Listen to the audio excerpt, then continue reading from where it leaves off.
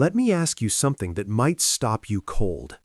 What if the one food you have been eating every single morning, the food your doctor recommended, the food with the heart-healthy label right there on the box, the food you switched to because you were genuinely trying to take care of yourself, what if that food has been quietly raising your blood sugar higher than a glazed donut?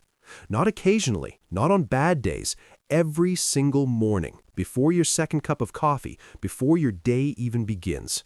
That is not a hypothetical scare tactic. That is a measurable, documented, reproducible metabolic event happening in millions of American kitchens right now. And the people it is happening to have absolutely no idea because they were told they were doing everything right. 67% of American seniors eat oatmeal for breakfast at least 4 times a week. That number is not a coincidence. It is the direct result of decades of medical recommendations, industry marketing, and a heart-healthy label that has been on that canister before the internet existed. Seniors eat oatmeal because their doctors told them to, because the American Heart Association endorses it, because the box uses words like cholesterol reducing and heart protective, and they trusted those words because why wouldn't they? You follow the advice you were given. You do what you were told when what you are being told comes from people in white coats and institutions with credibility. The problem is that the advice was incomplete. And incomplete advice about blood sugar for a senior is not just unhelpful, it is genuinely dangerous. Here's the number that should make your jaw drop. A standard serving of instant oatmeal prepared the way the instructions tell you to prepare it, with a splash of skim milk, a drizzle of honey or maple syrup, and maybe a handful of dried fruit or raisins, produces a glycemic response that scores between 75 and 83 on the glycemic index. A Krispy Kreme original glazed donut scores 76. Read that again. The breakfast you have been waking up early to prepare, the one you feel good about eating, the one you believe is protecting your heart and managing your health, is metabolically identical to eating a glazed donut out of the box. You have been eating a donut in a bowl, garnished with a little self-congratulation every morning for years. And the worst part is not what you did not know. The worst part is what the people selling you that oatmeal knew and chose not to tell you. Now, before you assume this video is going to tell you to throw out your oatmeal and start over from scratch, stop. That is not where this is going. Oatmeal, real oatmeal prepared correctly, is genuinely one of the most powerful blood sugar stabilizing foods available to people over 60. The potential in that grain is real. The science behind it is solid. But the version of oatmeal most Americans are eating and the way they are preparing it and the things they are adding to it and the order in which they are eating it, all of it is wrong. Not slightly wrong, not close but needs adjustment, fundamentally, metabolically, and measurably wrong in ways that are costing seniors their blood sugar stability, their muscle strength, and in some cases, years of their lives. Today, you are going to find out exactly why and exactly how to fix it. 4 mistakes, ranked from bad to devastating. Stay with me because the last one is the one nobody ever talks about, and it is the most important thing I have ever explained about breakfast. To understand the 4 mistakes, you first need to understand something the oat industry has absolutely no incentive to put on their packaging, something that changes everything once you see it.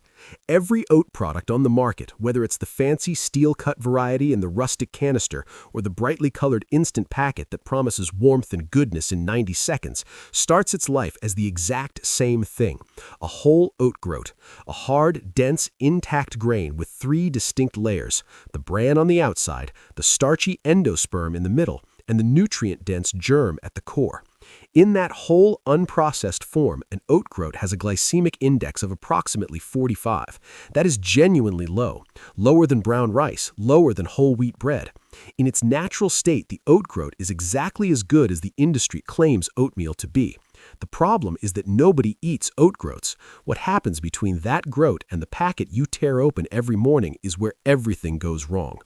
Manufacturers take that intact, low glycemic grain and they process it. They cut it, they roll it, they steam it, they flatten it, and in the case of instant oatmeal, the most popular form sold in America today, they pre-cook it, dehydrate it, and grind it into thin, fragile flakes that dissolve almost completely in hot water. Each one of those processing steps does the same fundamental thing to the grain. It breaks apart the physical structure. It exposes the internal starch, the amylose and amylopectin, to your digestive enzymes. And the more completely the grain is broken down before it ever reaches your mouth, the faster your body can extract the glucose from it. The faster that glucose enters your bloodstream, and the higher and sharper your blood sugar spike becomes. Think of a whole oat groat like a locked safe. Your digestive system has to work hard and slowly to get inside. The glucose is released gradually over 2 to 3 hours in a slow, manageable trickle that your body can handle without crisis. Steel cutouts are that same safe with a few dents in it. The steel blade has cut the groat into 2 or 3 rough pieces. It's easier to digest than a whole groat, but still genuinely slow. Glycemic index around 55. Rolled oats, the classic old-fashioned variety, have been steamed and crushed flat by heavy industrial rollers. Now the safe has been pried open, the starch is exposed and much more accessible. Glycemic index climbs to somewhere between 58 and 65, depending on how long you cook them. But instant oats, unlike taking that safe, breaking it apart completely and scattering every single thing inside it across the floor. Everything is immediately accessible. Nothing is protected. Nothing is slow. Glycemic index between 75 and 83. Same grain, same food. A glycemic index range that spans from 45 all the way to 83, depending entirely on how much processing happened before the food reached your kitchen. And the single most popular oatmeal product in America, the one sitting in millions of pantries right now, uses the most heavily processed form of oats that exists, the one with the highest glycemic response, the one that spikes your blood sugar the fastest, and it has a heart on the box. That heart symbol isn't lying exactly. It's something more frustrating than a lie. The cholesterol-lowering claim that oat products are legally permitted to display is based on a compound called beta-glucan, a soluble fiber naturally present in oats. When beta-glucan is intact and structurally whole, it forms a thick, viscous gel in your gut that traps cholesterol and slows the absorption of glucose. It's genuinely beneficial when it's functioning properly. But here's what the label doesn't tell you. The studies that earned oats that FDA-approved health claim were conducted with intact or minimally processed oat fiber, not instant oats. When oats are processed into instant form, the beta-glucan is partially degraded. Its molecular weight drops. The ability to form that protective viscous gel in your gut is significantly reduced. So you get a fraction of the cholesterol benefit that was promised, and you get a dramatically higher blood sugar spike in exchange. The label stays the same because the FDA approved the claim based on oat beta-glucan generally, without specifying processing level, and the industry has zero reason to request a clarification that would cost them hundreds of millions in consumer trust. You were promised the benefit, you got the penalty, and it's been this way for decades. Mistake number 4, and this is where the damage begins before you even touch a spoon. You're using the wrong type of oats. If you're reaching for instant oatmeal packets, the flavored varieties, the single-serve cups you add hot water to, the store-brand equivalents that look identical to Quaker but cost $1 less, you are starting your morning with the single most glycemically destructive form of oats that exists. A study published in the British Journal of Nutrition directly compared the blood sugar responses of instant oats versus steel-cut oats in adult participants. The results were not subtle. Instant oats produced significantly higher peak blood glucose levels and a significantly greater area under the glucose curve, meaning the blood sugar stayed elevated longer compared to steel-cut oats. Same grain, same general food, completely different metabolic outcome. And if you're reaching for the flavored instant varieties, the maple and brown sugar or apple cinnamon packets, understand that a single packet of Quaker maple and brown sugar instant oatmeal contains 12 grams of added sugar. Most people eat 2 packets. That's 24 grams of added sugar combined with rapidly digested oat starch before 8 in the morning. Your blood sugar doesn't just spike, it launches. Here is why this matters so much more for you specifically if you are over 60. After age 60, the metabolic machinery that handles blood sugar becomes meaningfully less efficient. Your insulin sensitivity declines. Your pancreatic beta cells produce less insulin in response to rising glucose, and the insulin they do produce is less effective at driving glucose into your muscle cells, which is where it needs to go. Research published in Diabetes Care documented that insulin sensitivity decreases by approximately 1 to 2% per year after age 40. By the time you reach 70, you may have lost 30 to 50% of the insulin sensitivity you had in your 40s. That means a blood sugar spike that a younger person's body would resolve in 45 minutes might take your body 2 to 3 hours to clear. 2 to 3 hours of elevated glucose circulating through your blood, damaging your blood vessels, stressing your kidneys, glycating the proteins in your arteries, every single morning before lunch, because the box said heart healthy. The fix here is simple but requires a change in habit. Switch to steel-cut oats. Not rolled oats, not quick cooking oats, steel-cut, where the ingredient list says nothing except steel-cut oats. Yes, they take 20 to 30 minutes on the stovetop. That is the trade-off. 20 minutes of cooking time in exchange for a glycemic index that is 20 to 30 points lower than instant oats. But here is the practical solution that makes the time issue completely irrelevant. Cook a full batch on Sunday evening. Make enough for 4 or 5 days, store it in individual containers in the refrigerator, and reheat each portion in the microwave for 2 minutes every morning. Not only does this solve the time problem, it actually makes the oats better for your blood sugar. When cooked starch cools overnight in the refrigerator, a portion of the starch molecules undergo a process called retrograding. They crystallize into what is called resistant starch. Resistant starch is not digested in your small intestine. It passes through to the large intestine where it feeds beneficial bacteria without ever spiking your blood sugar. A study published in the European Journal of Clinical Nutrition confirmed that cooling and reheating starchy foods significantly reduces their glycemic impact compared to eating them freshly cooked. Batch cooking your oats is lazier, faster on weekday mornings, and metabolically superior. That combination almost never happens, and it is yours for free. Mistake number 3 is the one that sneaks up on people who genuinely believe they have already made the healthy choice. You switch to oatmeal. You are trying. And then you reach into the cabinet and you do what the instructions suggest, what you have always done, what feels natural, and you add things to it. And in most cases, every single thing you're adding to your oatmeal is raising the glycemic response, not holding it steady, actively making it worse. The 3 most common additions seniors make to their morning oatmeal are, in order of how often I see them destroy an otherwise reasonable breakfast, a sweetener, low-fat or skim milk, and dried fruit. Each one of these additions has a specific mechanism by which it elevates your blood sugar. Layered together in a single bowl, they transform what could be a reasonable breakfast into a metabolic event that rivals fast food. Start with the sweetener. Over 60% of oatmeal consumers add some form of sweetener to their bowl, and a significant portion of seniors who have switched from white sugar to honey or maple syrup genuinely believe they have made a healthy upgrade. The intention is real. The result is not what they hope for. Honey has a glycemic index of 58. Maple syrup ranges from 54 to 65. These are not low glycemic foods. And agave, which many health-conscious seniors have been told is a better alternative because it scores lower on the glycemic index, around 15 to 30, is not the victory it appears to be.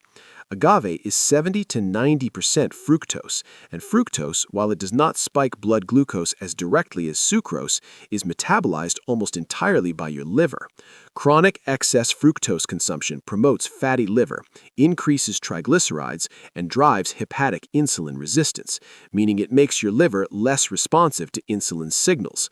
A study published in the Journal of Clinical Investigation found that just 2 weeks of elevated fructose consumption increased fat production in the liver and measurably reduced insulin sensitivity.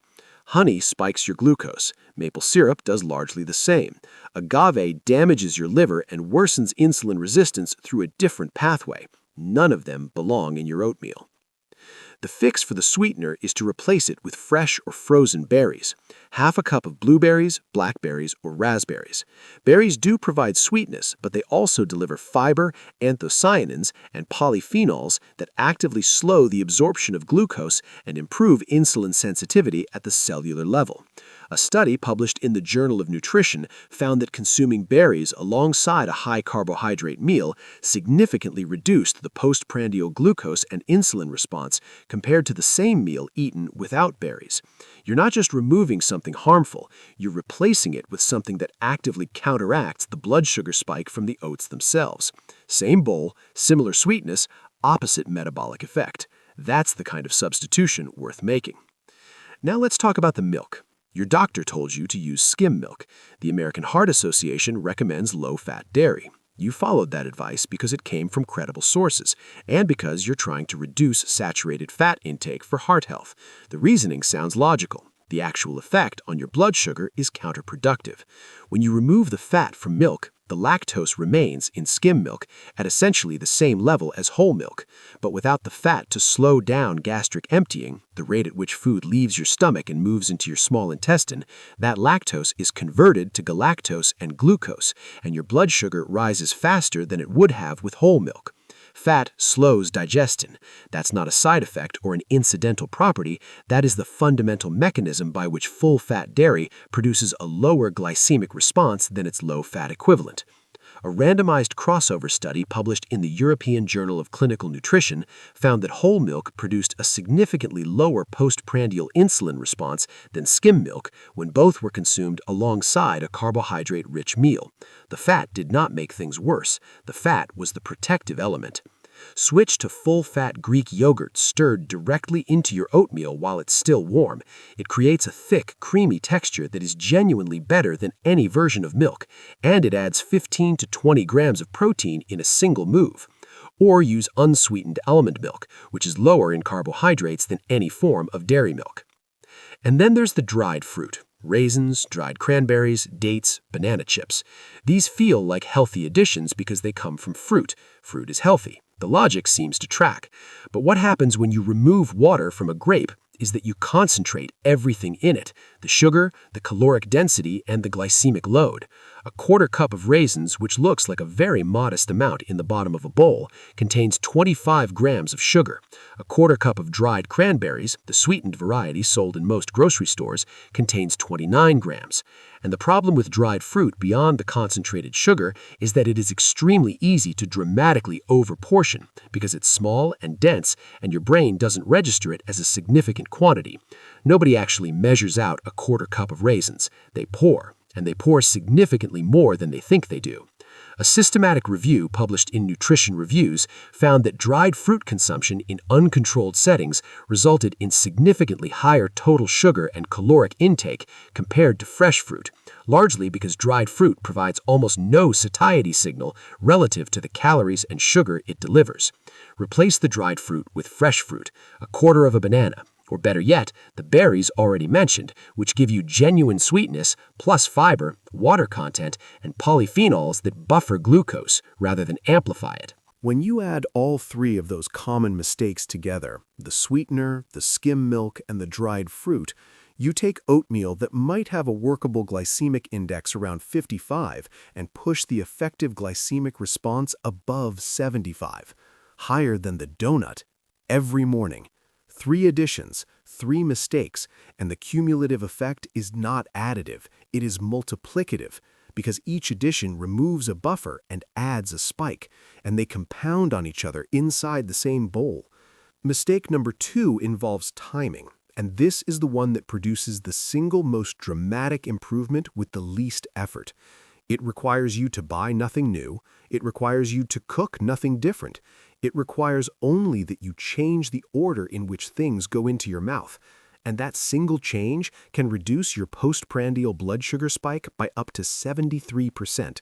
Not a typo, not an estimate. 73% reduction from the exact same food in the exact same quantity, just eaten in a different sequence. A landmark study published in Diabetes Care in 2015 by researchers at Weill Cornell Medical College gave participants identical meals containing protein, vegetables, and carbohydrates, and varied only the order in which those components were eaten. When participants ate carbohydrates first, before anything else, blood sugar spiked sharply. When participants ate protein and vegetables first and saved carbohydrates for last, the postprandial blood sugar peak dropped by up to 73%, and the corresponding insulin spike dropped by up to 48%. Same meal, same calories, same macronutrients, different sequence, radically different metabolic outcome. The mechanism behind this is not complicated once you understand how digestion works. Protein and fat slow the rate at which your stomach empties its contents into the small intestine, which is where glucose absorption actually happens. Vegetables add fiber, which creates additional physical buffering. So, when you eat protein and fat first, they begin slowing your digestive process before the carbohydrates ever arrive.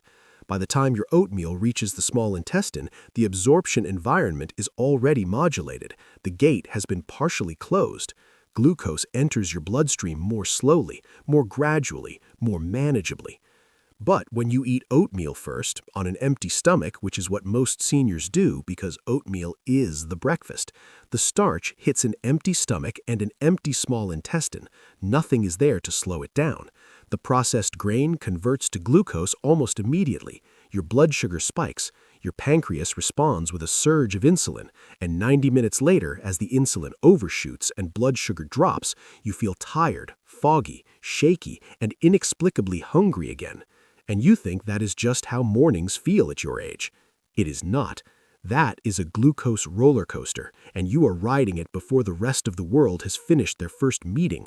The fix requires only one behavioral shift. Never eat your oatmeal first. Before you touch your oatmeal bowl, eat something with protein and fat. 2 eggs in any form, scrambled, fried, poached, it does not matter. A handful of raw walnuts, full-fat Greek yogurt eaten with a spoon before you stir the rest into the bowl. Even a piece of real cheese. Eat that first. Wait 5 to 10 minutes, then eat your oatmeal. That is the entire change. And if you want to extend the benefit even further, add a 10-minute walk after breakfast. Research published in Diabetes Care found that a 10-minute walk taken after a meal reduced postprandial blood glucose by 12 to 22% in older adults. Not a gym session, not a structured workout. A walk to the mailbox, a loop around your kitchen, a stroll to the end of the driveway and back. Combined with the protein-first approach, these 2 changes transform your blood sugar curve from a sharp spike and crash into a gentle, manageable rise that your body can handle without crisis. Same food, completely different physiology. No new purchases required. Mistake number 1 is the deepest one, the one that reaches beyond blood sugar into something that affects your independence, your strength, and your ability to live the life you want to live as you get older. You are eating oatmeal alone, without adequate protein, without adequate fat, without the macronutrient balance that your body, specifically your aging body, needs to handle a carbohydrate load without consequence. And this is not just about blood sugar spikes, as serious as those are. This is about something that connects the way you eat breakfast to a condition that affects 40% of adults over 80, a condition called sarcopenia, which is the progressive and accelerating loss of muscle mass and strength that happens as people age. The connection between your morning oatmeal and your leg strength 6 months from now is real, it is measurable, and it is something almost nobody ever explains. Your muscles are not passive tissue. They are not simply sitting there waiting to be used. They are in a constant state of active renovation. Every single day, your body breaks down old muscle protein and synthesizes new muscle protein to replace it. This process of muscle protein turnover is how your muscles maintain themselves, adapt, and survive. The signal that triggers the synthesis side of that equation, the build signal, is driven primarily by a single amino acid called leucine. Leucine activates a cellular signaling pathway called mTOR, which essentially tells your muscle cells to begin assembling new protein. Without adequate leucine reaching your muscles after a meal, the mTOR signal remains weak. Breakdown continues, synthesis does not keep pace, and slowly, quietly, muscle mass decreases. After age 60, this process becomes more difficult because of a phenomenon called anabolic resistance. Your muscles become less sensitive to leucine's signal. They require more of it to produce the same anabolic response that a 30-year-old's muscles would generate from a smaller dose. A study published in the Journal of Physiology found that older adults required approximately 0.4 grams of leucine per kilogram of body weight per meal to maximally stimulate muscle protein synthesis, roughly double what younger adults need. For a senior weighing 165 pounds, that translates to approximately 30 grams of protein per meal, with at least 3 grams of leucine specifically. Now look at what oatmeal actually provides. 1 cup of cooked oatmeal contains approximately 5 grams of protein, and the protein in oats carries a relatively low leucine content, around 0.3 grams per cup. 5 grams of total protein, less than a third of a gram of leucine. That is not close to the threshold needed to trigger meaningful muscle protein synthesis. It's not even in the same conversation. So here's what actually happens inside your body when you eat oatmeal alone for breakfast. The processed starch spikes your blood sugar. Your pancreas releases a surge of insulin. Insulin, in addition to driving glucose into cells, also temporarily suppresses muscle protein breakdown. This sounds beneficial, but here's the critical problem. While breakdown is being paused by the insulin surge, there is no leucine signal triggering synthesis to increase. You get a pause in muscle breakdown without any corresponding increase in muscle building. And when the insulin drops, which it does sharply within 90 minutes of a high glycemic meal, breakdown resumes at full speed with nothing to compensate for it. Day after day, bowl after bowl for years. A breakfast that pauses the loss without enabling the gain. And then the insulin crash triggers cortisol, your body's emergency blood sugar rescue hormone. Cortisol is catabolic. It breaks down muscle protein and converts the amino acids into glucose to bring blood sugar back up. Your body is literally dismantling your muscles to compensate for the crash caused by your oatmeal. Research published in the Journal of Clinical Endocrinology and Metabolism confirmed that postprandial reactive hypoglycemia, the blood sugar crash that follows a high glycemic meal, triggers cortisol release in older adults at significantly higher rates than in younger adults. The older you are, the more aggressively your body responds to the blood sugar crash, and the more muscle tissue is sacrificed in the process.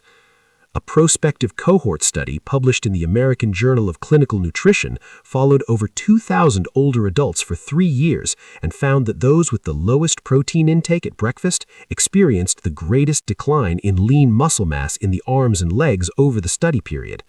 Breakfast protein was not merely correlated with muscle maintenance, it predicted it. The way you eat your first meal of the day is directly shaping how much functional muscle you have in your body 3 years from now.